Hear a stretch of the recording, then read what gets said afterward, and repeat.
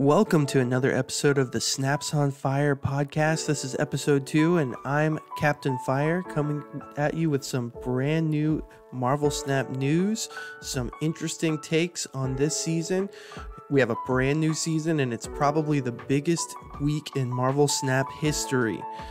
We're talking new cards, we're talking a whole new season, a huge balance patch that has changed some of our favorite cards we've been playing with.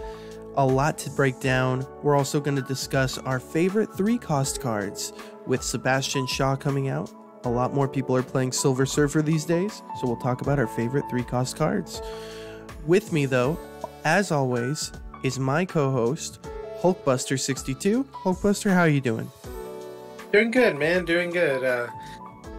Got a little sick recently, but so we're doing this podcast over, long distance. But besides that, feeling good, feeling better, and also have some sad news for our listeners. Sadly, I did not reach Infinite this last season. I kind of hit a wall and just couldn't get over it. But looking forward to this season, so I know we're going to talk more about that later, but exciting season, and we'll see if I can finally get that Infinite. So did you buy the Remember Wolverine variant when it came up in your store? I did not. Did you? I did. I have split it already twice. I have not got a gold back yet, though, so... Oh, man. Yeah, we're on the gold back tracker on that one. Hopefully we'll get that up soon. Well, good. Yeah, it's been a pretty crazy opening for this season. What are your initial thoughts on how this season's playing out so far with everything? I know we're going to talk in depth about it, but have you played very many matches so far yet? I've played a few matches. Right now, you're just seeing a lot of experimental decks, mostly revolving around our 3-cost cards. Since we have Sebastian Shaw in the fold now. Seen some Silver Surfers. I've seen some really cool decks. Just really trying to buff up Sebastian Shaw, and I think we're looking at a good season, especially with a lot of big cards getting nerfed. We'll talk about that later too, but I think this season's going to be good. Yeah, I think you could say it's probably one of the greatest times to be a Marvel Snap player, as Alex Kocha would always say. So let's go ahead and get into the kind of the meat of the show then. We have the new season, the Hellfire Gala season has started. There's a lot of new parts to this thing, including the man of the hour himself, as you see in the thumbnail, Sebastian Shaw. So yep. Sebastian Shaw is a 3-cost 4-power that allows you to, every time he gains permanent power, so not ongoing, permanent power, wherever he is, he will add +2 power to that. And so we've seen him getting up pretty high this season so far. I know personally, I had him at, I think, 17 power at one point in a match, and somebody that I was playing against had him, threw him into cloning vats, and then threw Hulkbuster onto him, and it just started getting out of hand, so I retreated. But yeah, it's been a pretty crazy season so far. What rank are you at right now, Hulkbuster? Now, let me check. I think it's like 65 or something like that. Okay, and so what did you start at? Like 63. I was like 93 when I ended last season, so. Okay. 63. So, nice. Yeah, I'm at 65. Nice, very cool. So I'm up to 85 right now. I was at 87.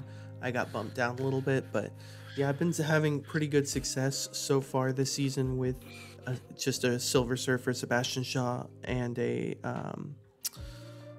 Werewolf by Night deck. It's been running pretty well, but I've also experimented a little bit with Phoenix Force this season. With some of the changes, I feel like there's not as many counters that people are running for it, and so I've been trying Phoenix Force a little bit, and that's been fun. So, but yeah, let's get into so far our thoughts on this. First of all, we've talked about Sebastian Shaw. There's a few other cards though coming this season, and we kind of discussed them a little bit last week, but we have next week we have Blob coming out, and Blob is going to be very interesting because he's at 6'4", and he has potential of getting upwards to 30, 40, 50 power, depending on what cards you have left in your deck. So what are your thoughts on Blob coming up? We've discussed it a little bit last week, but I just wanted to kind of re-go over it, especially with the balance patch. Do you still think he's going to be a pretty good card? I still think, yeah, he's going to be good. I definitely see a lot of experimental decks coming out, but once he finds a home, I think he'll be pretty good. Although I will say, do I feel like he's a must grab? I don't think he'll be game breaking, but I still think he'll be a good card. So I'd give him, if I were to rate a out of five being you gotta open your chest for him, I'd give him like a 4, 3.5 maybe. Yeah, I could see. What do you think? I could see that. I think he's going to be. I think he's definitely going to be powerful, and I think that there's a lot of potential in, say, a maybe like a Mr. Negative deck, or in a Hella deck or Thanos. I think those are going to be the 3 decks that I'm going to try playing him the most in once he comes out, if I get him. But yeah, I would say he's about a 3 out of 4 right now, with some cards coming up later. I did see the leaks. I don't know if you saw those, for I think it's the February season is going to be the Black Order, and some of those cards are actually going to fit in pretty well with a Hella discard style deck, and so I think Blob will be very good then. But he's next week he's coming with Living Tribunal and Ravonna Renslayer. It's going to be, I think it's going to be a pretty good spotlight week. Then also after that we have Havoc, and I was really down on Havoc. I think everybody was, but with his new changes, he's a 2/0, and his ability is after each turn you lose 1 max energy, and this gains +4 power. So my thinking with him is, if you play him, say, on turn, even if you played him on turn 6, in a Mr., because I think he's going to be a Mr. Negative card, is what it looks like to me. Either Mr. Negative or a junk card, because you're going to either want to move him over with Viper to your opponent's side of the field on turn 3, or you're going to want to play him with Mr. Negative. And so I think in a Renslayer Mr. Negative deck, if you put him down even on turn 6, he's just going to be a 0/6 at that point. And so it's not a horrible trade-off. I think he has a lot of potential in those style of decks, those two. So I would say Havoc for me is not a complete waste. I'm probably going to open at least one spotlight that week to see if I can pull him. What about you? Yeah, Havoc. I don't know. I think I'm gonna pass on Havoc. I don't feel like. I don't know. I feel like there's gonna be better cards coming up later that I want to save my keys for personally. But I am curious to see is he gonna be a martyr, or is he gonna be a card that actually has some value? That's what I'm curious to see. Well, I think Martyr actually has a lot of value. We'll discuss that later, but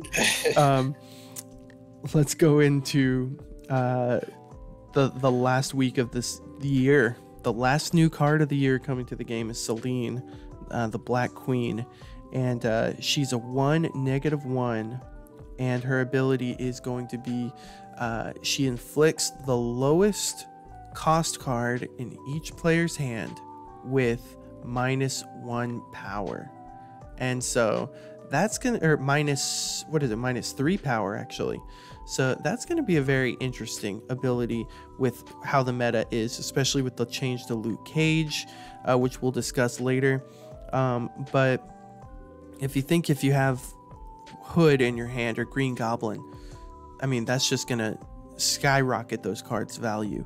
And so I think that there's going to be tons of theory crafting in the junk deck style decks with her.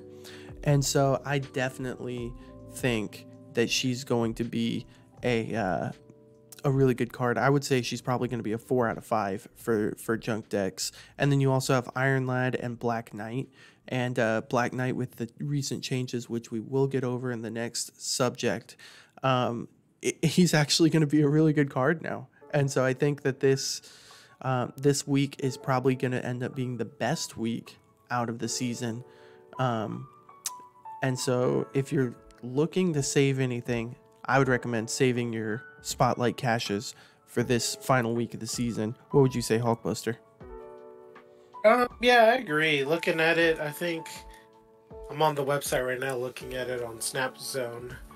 And yeah, it's pretty much the strongest spotlight season. I agree with you that last week is pretty good.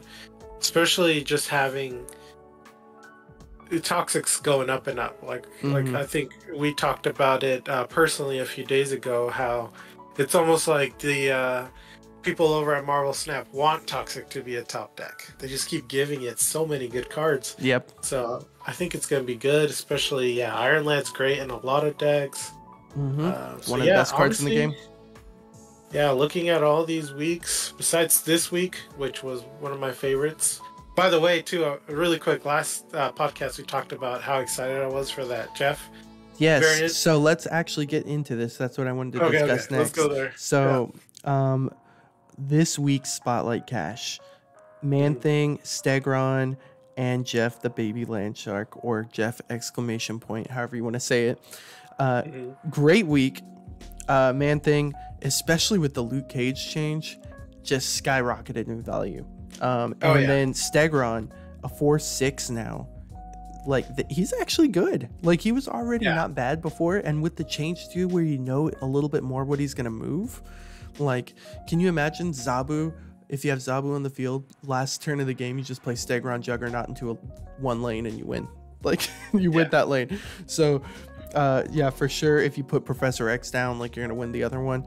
Then I think Stegron's definitely gonna see a lot more play now. And so, Hulkbuster, this week, I would have given this week a 4 out of 5 stars. And I think the variants are fire. I think it's a 4.5 out of 5 stars for me. Oh, yeah. So let's hear it. How many chests did you open? And what did you get? I opened 3. Okay. Was that all that you had? No, I had 4. Okay. I only opened 3 because I got what I wanted. So first time, I got collector's tokens. I pulled Kitty Pryde, so I just got collector's tokens. Okay. And then the second one, I got my boy Jeff. Sweet. That Sean Galloway variant. And did you already split it? No, because I ran out of credits. Oh. I have to farm some more credits. I was, but I went a little crazy trying to get another key. Oh my gosh. But I got them, so I definitely will have so many boosters for them. And I tried one more time because I figured either I'm going to get Man-Thing or I'm going to get Stegron. I really wanted Man-Thing, and that's what I got. So I was able to pull Man-Thing on my 3rd try, so...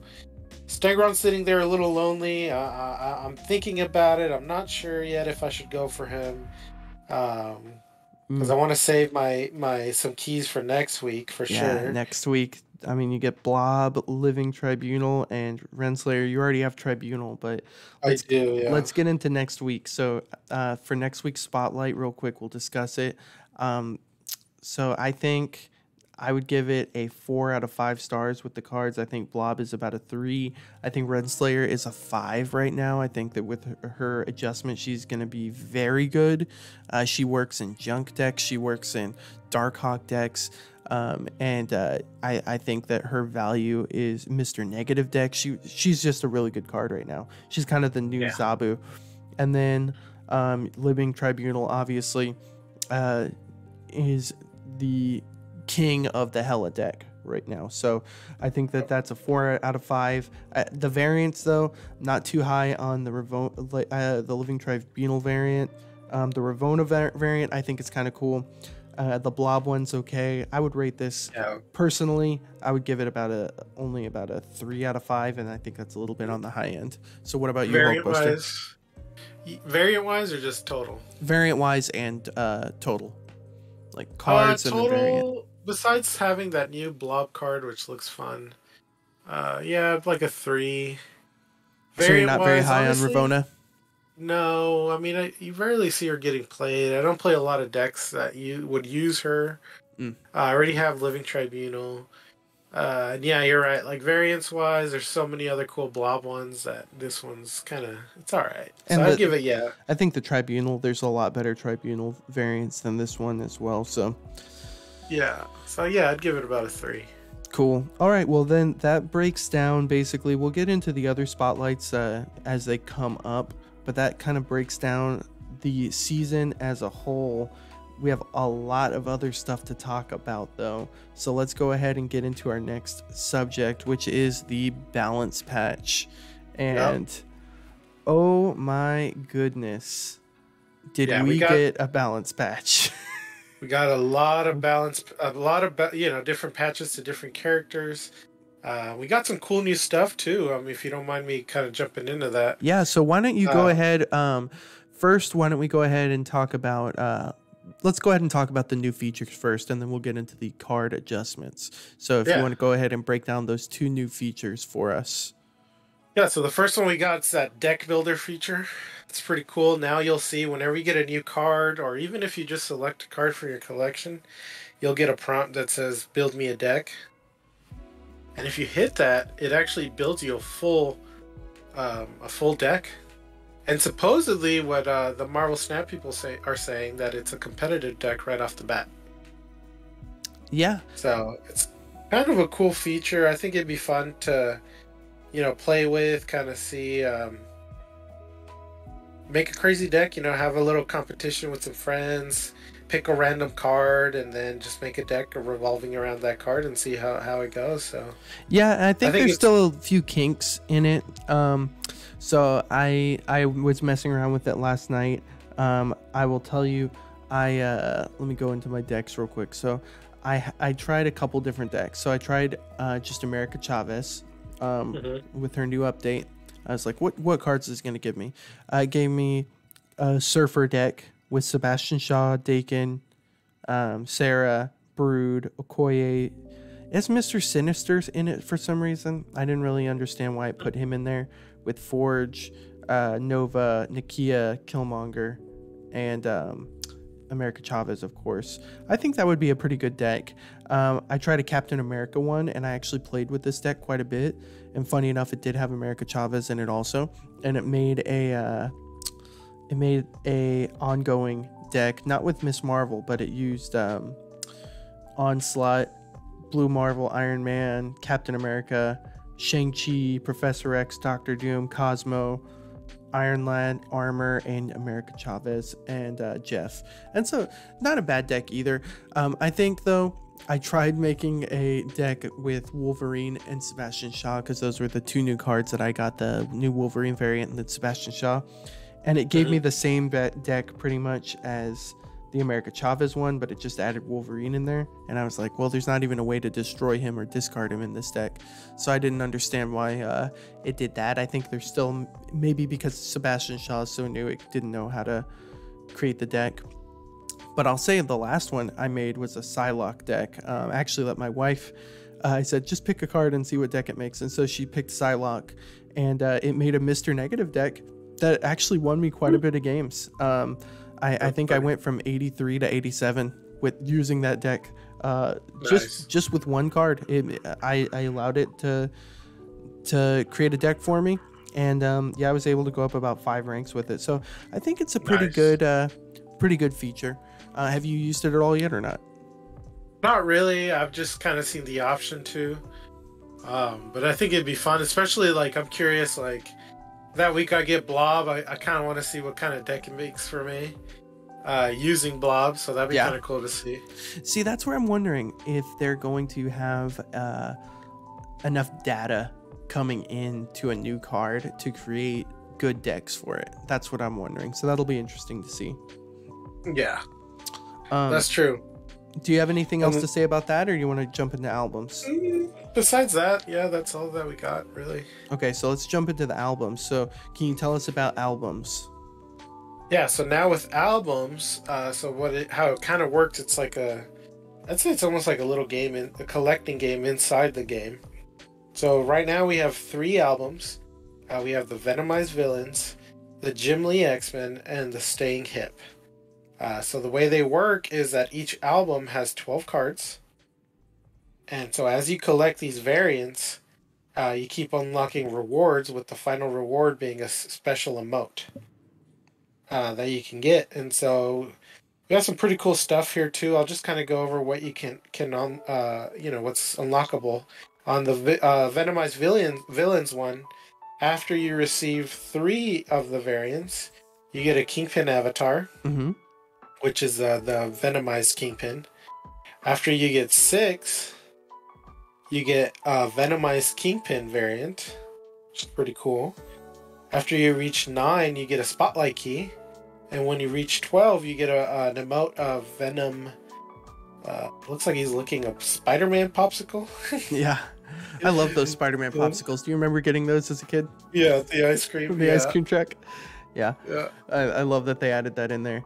Yeah, and so real quick on these variants in here, these are exclusive to this. So the only way to get these variants is going to be by upgrading these albums. So, and as far as I know, the albums are gonna stay. And so like this is gonna be a really cool thing to collect. Yeah. And I believe it's going to be the only way to get new emotes, too. Yes, it is. And so I think it's a great way to monetize the game for them in a way that will still reward people if they want to spend their money on these variants, or you can get it through gold on a slow grind. But yeah, I think it's a great feature. Yeah, definitely leans into more of the collecting side, which it's a card game. It definitely should lean into the collecting side. That's one of the best parts about card games. Yeah, and also what they did too was they added a new featured mystery variant. Yes. Every week. So the way that works is every month a new album's going to come out. Or I guess not every month, but every time a new album comes out. In your store, your 800 gold mystery variant becomes a featured mystery variant, which has an increased chance of being one of the cards in those albums. So it's kind of a good way to incentivize people to pull that. Yep. And at the same time too, it helps you kind of get to your goal if you're really trying to grind for those emotes. Honestly too, on my store the other day, there was one of the Dan Hip ones, the Dan Hip variant. It didn't come out under my featured mystery variant. It just came out on my normal store. And normally I would have passed on it, but because I need it for the album, I bought it. So which variant was it? It was let me check here. So I'm currently at 3 out of 12 for that one. It was the Ant-Man variant, the Ant-Man Dan Hip. Oh yeah, that's a nice one. Yeah. So yeah, and if you notice too, if you look in the store for the daily offers on those variants, it actually will show you if the variant is featured in an album. And so that's really cool for you if you're trying to collect those albums. If that's something you really want to do, you'll be able to kind of search out which variants are going to be featured in there. And every time one comes up, you can go ahead and grab it, save your gold, and you'll be able to get about 2 or 3 of these for free per month. So that's pretty cool. So you said you were at 3 out of 12 on the Dan Hip. What are you at on the other 2 albums? So Jim Lee X-Men, I am at 0. I don't have any of these. Okay. Venomized, I'm at 2 of 12. I have the Loki and the Killmonger. Okay. And yeah, 3 of 12 on the Dan Hip. I have the Ant-Man, the Blue Marvel, and the Iron Man. Nice. So I'm at 1 of 12 on Venomized. I just have the Scorpion. I am at 2 of 12 on the Jim Lee. I have the Colossus and Cyclops variants in there. And then on Dan Hip, I am at 4 out of 12. And it's nice that they included the Iron Man in there, because I think a lot of people who started playing from the beginning of the game have Iron Man Dan Hip, because I think they used to give it away for free to everybody. I think they changed that now from what I've experienced playing on a newer free-to-play account. But yeah, so that Iron Man, I have Iron Man, Goose, Kazar, and Omega Red in there. So nice. Yeah. So pretty cool feature. I got the Cosmo avatar, Dan Hip Cosmo avatar. So pretty exciting. feature, I think. Now that we've discussed these two new features, let's go ahead and get into the meat of what this balance patch did, and that is that the emotes. This is a crazy, or not the emotes. I'm sorry, I messed that up. Patches. Yeah, the balance patch itself. So there's a lot to talk about. We're gonna break it down as best as we can.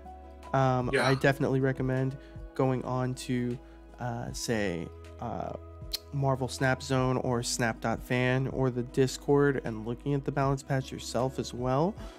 Even while we're discussing this, we're not going to read all the developers' notes. We're just going to discuss the cards, the changes, and what we think of them.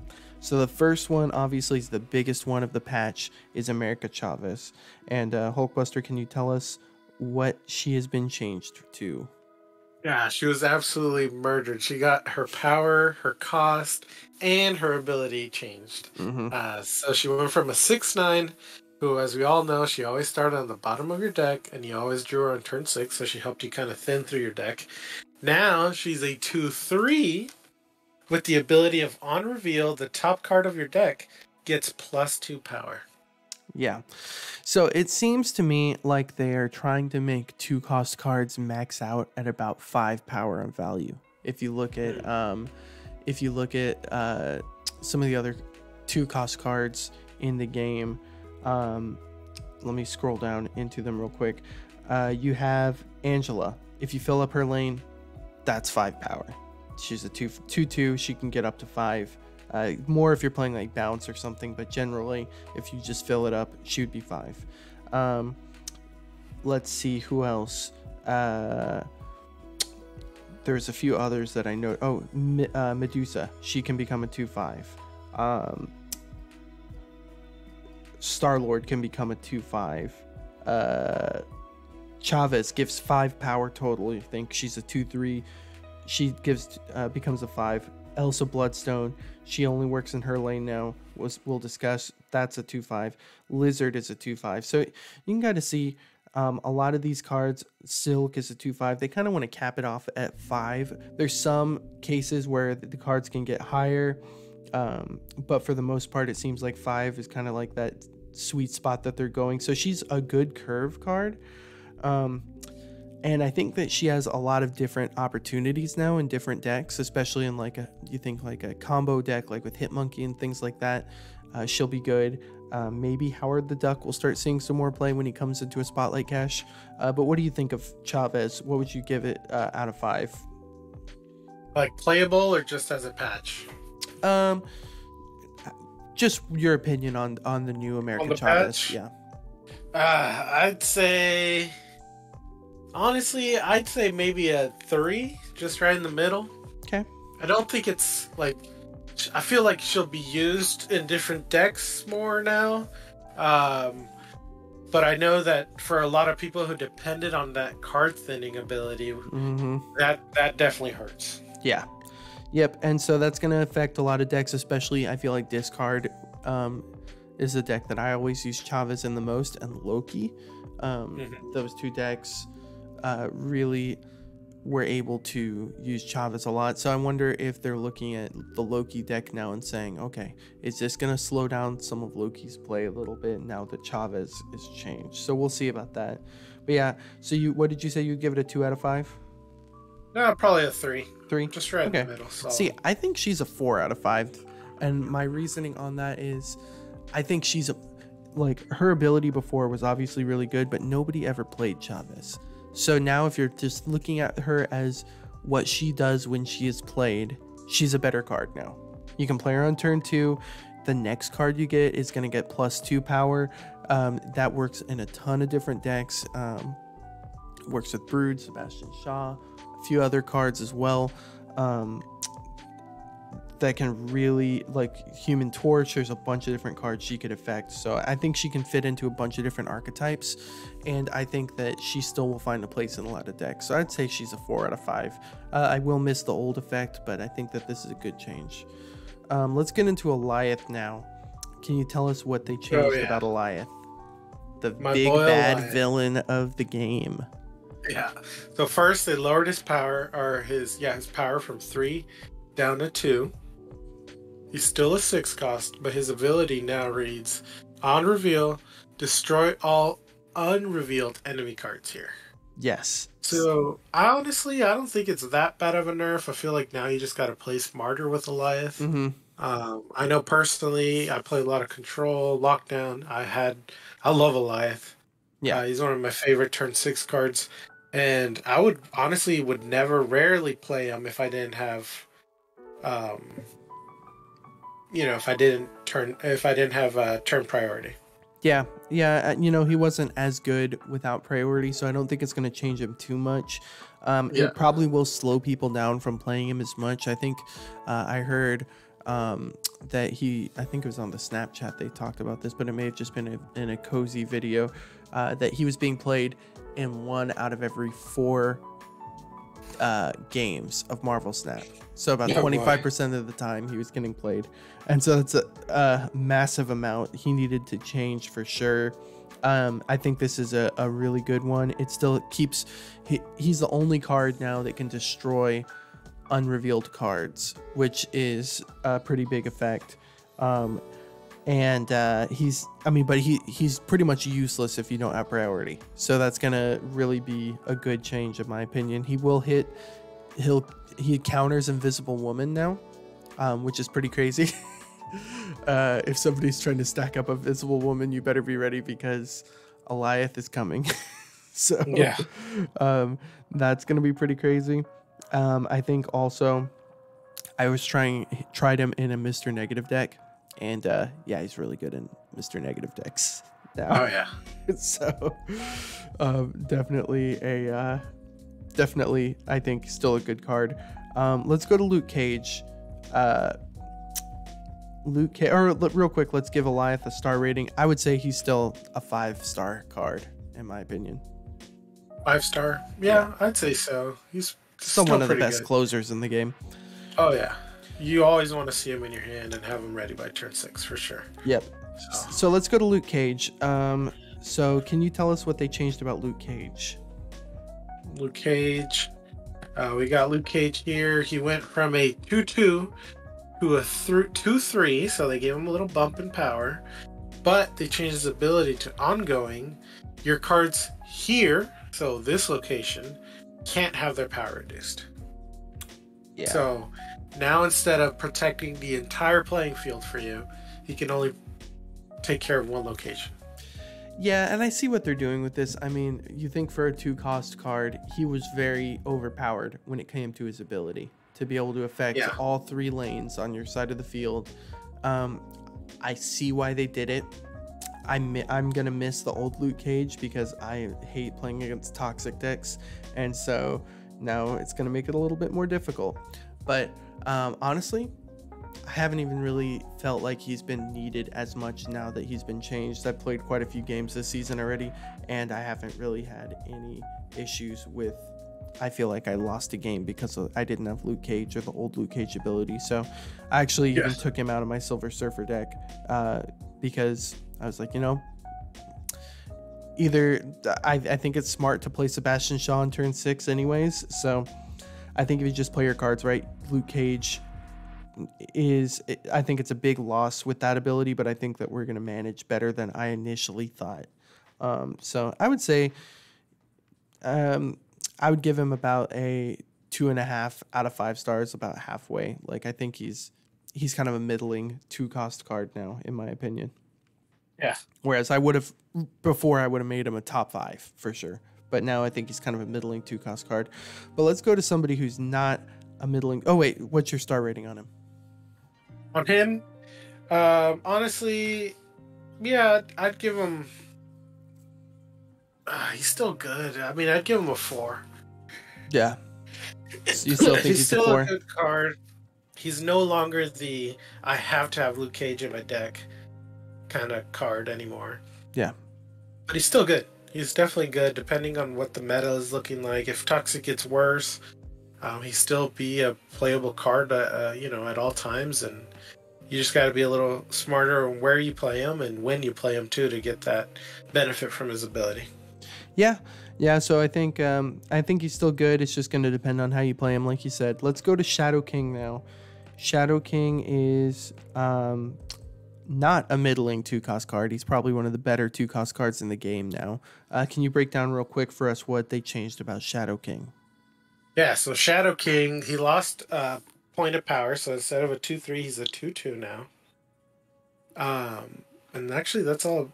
I believe that's the only change. I'm looking at his ability, and it hasn't changed. Yeah, they just lowered his power, so still a good card. I think it was a needed change. I don't think you should be able to win curve while also playing Shadow King. He's too powerful now, and it's crazy to say because I remember when Shadow King came out in the January season, he was just unplayable. He was an awful card. Yeah. I think it was a 4. I think it was a 4-2 or a 4-3, and the idea was they wanted you to be able to have a bunch of different cards you could play with Zabu, but yeah, he's definitely become one of the better counter cards in the game. So I would still say he's a 4 out of 5. Also, what would you say? Yeah, for a solid 4 out of 5. He's still a good card. You can still play him on the sneaky turn 6 with other cards. I saw a really cool deck using like Shadow King and what's his name? Absorbing Man. Yeah, Absorbing Man in the last turn and just blow up people's, offensive power and just all these really cool combos that you'll still be able to do with him. So I think he's still really good. I've been winning a lot of games just playing Shadow King, Silver Surfer, and Sebastian Shaw on turn 6, or Shadow King, Silver Surfer, and Killmonger. Like, definitely he's a good turn 6 play for sure. Let's go into Elsa Bloodstone now, and I'm so sad. She was one of my favorite cards in the game when she first came out. I loved her. They've nerfed her into the ground. I feel like she's almost unplayable right now. Can you let us know what they've changed about her? Yeah, so Elsa Bloodstone, she got a boost in power, but now her ability reads, after you play a card that fills this location, give it +2 power. Yep. So only one location, that's going to really hurt her play. I'm not seeing her very much at all anymore. So I would definitely say, I think she's like maybe a 1.5 out of 5 stars or 2 out of 5 stars. If I'm going to be generous, what would you say? Yeah, probably 2. I'd give her a solid 2. I mean, I don't think she'll be played as much anymore. She still has a couple decks she can fit into, but you kind of tell the other player, hey, I'm going to fill up this location. So they could always work around it. You can arrow her, stagger on that location, juggernaut that location. So there's so many workarounds to it now. So yeah, I don't think she'll be as good anymore. Yeah. I'm gonna say a solid 2. Yeah, and I will say they did make it where if you play a card to fill the location now. So if you play Brood, she'll give the power to Brood, which she wouldn't have done before. And so they did fix that in her. But yeah, I think she's about a 1.5 out of 5 or a 2 out of 5. So let's go on now to Kitty Pryde. Kitty Pryde has got a small adjustment. We're not going to talk too much about this. Can you tell us what it is, Hulkbuster? Yeah, we got Kitty Pryde. She just got an extra boost in power. And that's it, really. She's just a 1/1 now instead of a 1/0. I can definitely understand the change here. You kind of had a drop off in the usage of Kitty Pryde. So bringing her back to a 1/1 might give her a little bit more play. And I mean, there's really not much to say about that. Besides that, I mean, what do you think? Yeah, I think that she's okay. I don't think this really changes very much for me with Kitty Pryde. She's better on turn 6. I mean, if you get her on turn 6 and you just need to dump her out of your hand, at least she's going to give you 1 power. So, but yeah, I would still say she's probably a top 10 1-cost card still, but I honestly don't think that she's going to see a lot of play in any season moving forward right now until some things change. What about you? Yeah, pretty much. I mean, Kitty Pride was a really fun card when it came out. It obviously was so broken they had to take it out of the game and apologize and all that. It's still a fun card to play. There's still lots of uses for her, but I think that time where she was probably the best one drop is gone. So, Yeah, it's kind of a good buff. I think it'll put her back in the 3, maybe 4 rating. Yeah, of cards. So that's what I would give her. I would give her a solid 3.5. yeah. I think she's about a 3 out of 5 is what I'll say.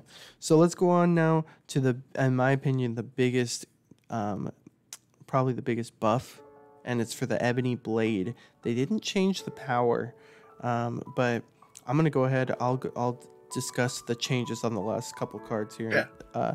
So Ebony Blade has now gained an ongoing ability. It's a 4/0 still. And so if you don't know what it does, when you have Black Knight on the field, the first card you discard, the Ebony Blade will get added to your hand and gain that card's power. And now it has the ongoing ability, can't be destroyed, and its power can't be reduced. So there's no counter to this now other than pretty much Magneto. And so definitely going to be good. It secures you a Taskmaster play on turn 5 or turn 6 if that's what you're trying to do. I think it's going to be a really good discard option now, and I'm excited for it to come. Black Knight to come at the end of this month with Celine. I'm hoping to save quite a few caches for that week so I can make sure I get him. What about you, Hulkbuster? What do you think about this change on Black Knight?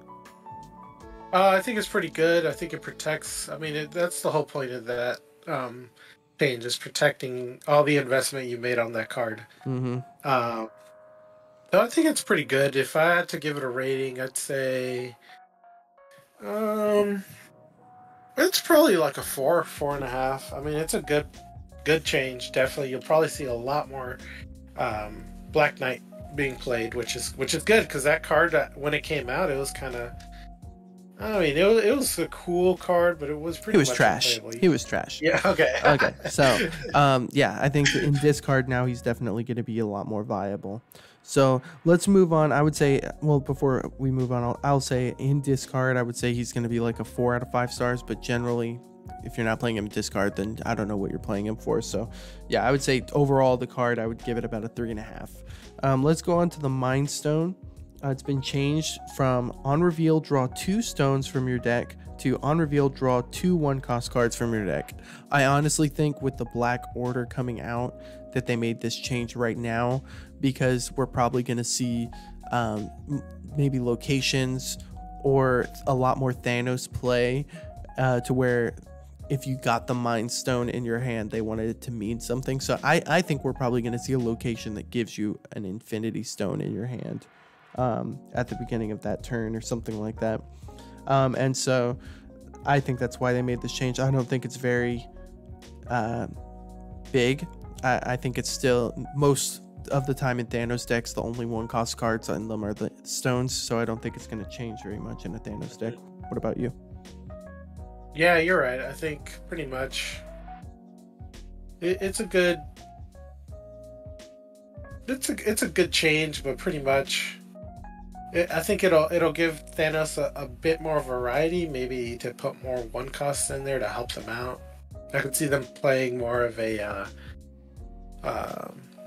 you could even actually we might see an increase to Patriot Thanos or something like that. Yeah, there's going to be a lot more well, I think it adds more variety is what I'm trying to say to Thanos decks. Like, it'll give them more options to play. So I think it's a good change. Yeah, I think it's about still doesn't really change Thanos very much, I would say. So let's go on. Ravonna Renslayer, one of the last cards to get really adjusted. She's now a 2/3. She was a 2/1 before, and she has the same ability. Ongoing, your cards with 1 or less power cost 1 less. I think this really changes her to be one of the better 2-cost cards in the game, one of the better cost reduction cards in the game. I think that I'm really excited to get my hands on this card next week. And what do you think, Hulkbuster? Yeah, it's a interesting change. Definitely to help her see more play, being able to have more power there. Yeah, it's just gonna again increase the diversity of decks that put her in there. Yeah, and I think in my opinion, she's a 5 out of 5. I think that when it comes to cost reduction cards, she's going to be the best. You think of all the cards she affects: Iron Man, Zola, Darkhawk, Mystique, the Goblins, Celine when she comes out. Well, she's a 1 cost though, but the point is she affects a lot of cards, and so I think that she's going to be a very versatile cost reduction option. And now you'll be able to play around curve and still have initiative, and so I think that she'll be definitely a good card in my opinion. Let's go on to the last couple changes. They changed how cards were moved. They caused Stegron to get a buff, so Stegron is now a 4/6. We talked about that earlier, instead of a 4/5. But now the only card that can move cards that are not revealed is going to be Juggernaut, and he's still a 3/3, but he's the only one that's going to be able to move unrevealed cards. So Spider-Man now, Stegron, they're going to be a lot more predictable on what they're going to move, which is going to be nice for those cards playing. Arrow saw a hit on this, so they gave her 5/9 instead of a 5/8, but she's only going to now move the last enemy card played anywhere to this location. And so basically, if there's an unrevealed card, I believe that she's going to move the previous card that was played, is how this will work basically. Or if you play her after, if you don't have initiative, then she'll move whatever card was played last. But I think she's going to be okay. I don't think that it's going to really affect any arrow play at all. And then the last change on this was a bug fix with Phoenix Force, where now if you make a copy of it, say you throw it in cloning vats, or if you play Moon Girl after you bounce it back to your hand or something like that, you basically both Phoenix Force and its copies now will be able to move, and so that's going to be a really good change, especially for locations like Bar Sinister, Sinister London, or Cloning Vats. It's going to make Phoenix Force a lot better of a card, so I'm excited to see how that works. Do you have any thoughts on any of these before we move on to our next topic? No, I just think they're all good text changes, and it'll help all the cards really just, yeah, like you said, it'll help the player be able to get more benefit out of their abilities. So good changes all around. Well, we were going to talk about our top 10 3-cost cards, but I think we are a little bit running out of time for today's podcast. How about this? Let's do top 3. Yeah, let's just do our top 3 really quick cards. That's perfect. We'll do a rapid fire. Okay, rapid fire. So we can let's just still do a top 10. We'll just do rapid fire. So who do you got at 10? Magic. Okay, I have Hulkbuster. Nice, all right, nice. Who do you have at 9? Rogue. Okay, I have Debris. Nice. I think Debris is really good right now. Oh, who do you have at 8? Patriot. Ooh, Patriot that low. That's crazy. I have Sebastian Shaw. Okay. Who do you have at 7? Spider-Man. Ooh, I don't even have him on my list. I have Venom at 7. That's funny. You have Spider-Man. I have Venom. Who do you have at 6? I have Venom at 6. Oh, okay. I have Mystique. Nice. Who do you have at 5? Werewolf by Night. Oh, me too. That's funny. Nice. Okay. What about 4? I have Mystique at 4. Okay. I have Storm at 4. Okay. Who do you have at 3? Cosmo. Okay. I have Patriot. Patriot. Okay. Number 2, who do you have? Surfer. I have Storm. Okay. And so I'm guessing you have Surfer at number 1? I do have Surfer. Okay, I have Killmonger at number 1. I can't believe you didn't put Nice. Killmonger on your list. That's true. I keep forgetting he's still good. Yeah, I mean, I think he's probably in my opinion, the best, because he just clears out all those 1-cost cards until Kyera comes out next season. Oh, that's right. But so that's our top 10 3-cost cards of the game. To just a little tip of the hat to Silver Surfer and Sebastian Shaw for this season. So now we already discussed Blob and everything. So any final thoughts before we end the podcast today, Hulkbuster? really just looking forward to the season. It seems like it's kind of a fresh new start for a lot of decks and a lot of people. I know some people are not happy with all these patch changes because they affected their favorite cards. But really, I think that it's gonna, let this new season take its own, make its own kind of meta, and be able to have new decks come into the spotlight. So I think overall, I think it's going to be good. It's going to be a good season. I'm excited for all the cards releasing, and I think we're going to have fun. Yeah, I agree. I think it's everybody just chill out. The meta will settle. It always happens. We've had big changes before. We're going to get through this. It's going to be fun exploring these new cards. And yeah, I think it's just a great time to play the game. So looking forward to next week's episode of the Snaps on Fire podcast. But until then, I'm Captain Fire. And I'm Hulkbuster with one last minute quick announcement to all y'all listeners to not forget. I'm looking up the day off Captain Fire. I just think it's important to listeners to know that this December we have a special shop day in the in-game for variants. Do you remember what day was it? I want to say 11th. it's the 11th. Yeah, and a new album is dropping that day too for the Hellfire Gala. Hellfire Gala. So December 11th, save your gold. Some really cool variants are coming out. So just one last thing to say, and this is Hulkbuster signing out. All right, and I'm Captain Fire, and everybody, Snaps on Fire, so keep playing.